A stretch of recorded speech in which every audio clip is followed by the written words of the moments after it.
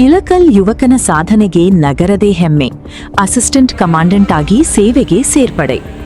ಬಾಗಲಕೋಟೆ ಜಿಲ್ಲೆಯ ಇಳಕಲ್ ನಗರದ ನೇಕಾರ ಕಾಲೋನಿಯ ಪ್ರತಿಭಾವಂತ ಯುವಕ ಮೊಹಮ್ಮದ್ ಅಜರುದ್ದೀನ್ ಹಾಲ್ಯಾಳ ಅವರು ದೇಶದ ಪ್ರತಿಷ್ಠಿತ ಯುಪಿಎಸ್ಸಿ ಪರೀಕ್ಷೆಯಲ್ಲಿ 2023ನೇ ಸಾಲಿನಲ್ಲಿ 163ನೇ ರ್ಯಾಂಕ್ ಪಡೆದು ಗಮನ ಸೆಳೆದಿದ್ದರು.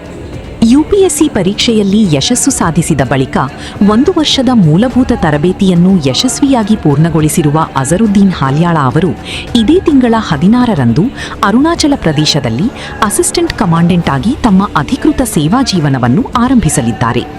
ಸೇವೆಗೆ ಸೇರುವ ಮುನ್ನ ಸ್ವಂತ ಊರಾದ ಇಳಕಲ್ಗೆ ಆಗಮಿಸಿದ ಅವರು ನಗರದ ಪ್ರತಿಷ್ಠಿತ ಮುರ್ತುಜಾ ಖಾದ್ರಿ ದರ್ಗಾಕ್ಕೆ ಹಾಗೂ ಶ್ರೀ ವಿಜಯ ಮಹಾಂತೇಶ ಮಠಕ್ಕೆ ಭೇಟಿ ನೀಡಿ ಪ್ರಾರ್ಥನೆ ಸಲ್ಲಿಸಿ ಆಶೀರ್ವಾದ ಪಡೆದರು. ಈ ವೇಳೆ ಮುಖಂಡರು ಹಾಗೂ ಗುರು ಹಿರಿಯರು ಅವರನ್ನು ಸನ್ಮಾನಿಸಿ ಶುಭ ಹಾರೈಸಿದರು. ಈ ಸಂದರ್ಭದಲ್ಲಿ ಗುರುಗಳಾದ ಅಜರುದ್ದೀನ್ ರೇಷ್ಮಿ, ರಫೀಕ್ ಐಹೊಳ್ಳಿ, ಮರ್ತುಜಾ ಬಾದಾಮಿ, ಮಮ್ಮದ್ ಡಂಬಳ್, ಇಬ್ರಾಹಿಂ ಗುಳೇದಗುಡ್ಡ, ಅಹಮದ್ ಮೋಮಿನ್, ಸೈಫ್ ಕಲ್ಗುಡಿ ಸೇರಿದಂತೆ ಅನೇಕ ಗುರುಗಳು, ಗಣ್ಯರು ಹಾಗೂ ಹಿರಿಯರು ಉಪಸ್ಥಿತರಿದ್ದರು. ಇಳಕಲ್ ನಗರದ ಸಾಮಾನ್ಯ ಕುಟುಂಬದ ಯುವಕನೊಬ್ಬ ದೇಶದ ಉನ್ನತ ಸೇವೆಗೆ ಆಯ್ಕೆಯಾಗಿರುವುದು ಸ್ಥಳೀಯರಿಗೆ ಹೆಮ್ಮೆಯ ವಿಷಯವಾಗಿದ್ದು, ಅವರ ಸಾಧನೆ ಇತರ ಯುವಕರಿಗೂ ಪ್ರೇರಣೆಯಾಗಿದೆ.